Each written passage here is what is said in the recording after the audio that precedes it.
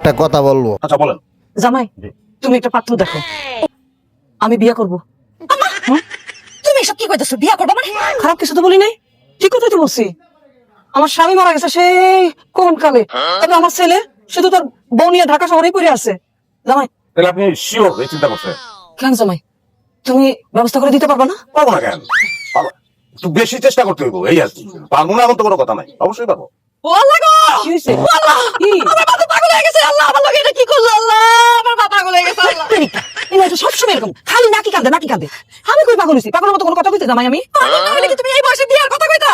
এই, তুমি খারাপ হইছো কেন? তুমি আমার মা নলে মানুষের কাছে কথা দাও না কেন? হঠাৎ থাপ্পড় দিব। আমি পাগল হইতে তোমার কোন দুঃখে? আমি বিয়ে করবই। আমি সুস্থ মস্তিষ্কে সজ্ঞানে বলতেছি। বাবা তুমি দায়িত্বটা নিতে পারবে না? এই, খবরদার করে দিতেছি, আমার মার বিয়ে ব্যবস্থা করবা না তুমি। এই তুমি খবরদার। তুই কেমন মেয়ে? এই ব্যবস্থা তোমার করা উচিত। শোনো, বিয়ার পর আমার এই শাশুড়ি আম্মায় আমার কি না দিছে, আর আমি তো তাদের কিছুই দেই নাই। সে চাইছে একটা হাজবেন্ড, সেটা আমি জোর করে দিতে পারবো না। What is this? আমি অবশ্যই আম্মা, আপনি একদম চিন্তা করেন না। হ্যাঁ, আপনার বিয়া আমি দেবো।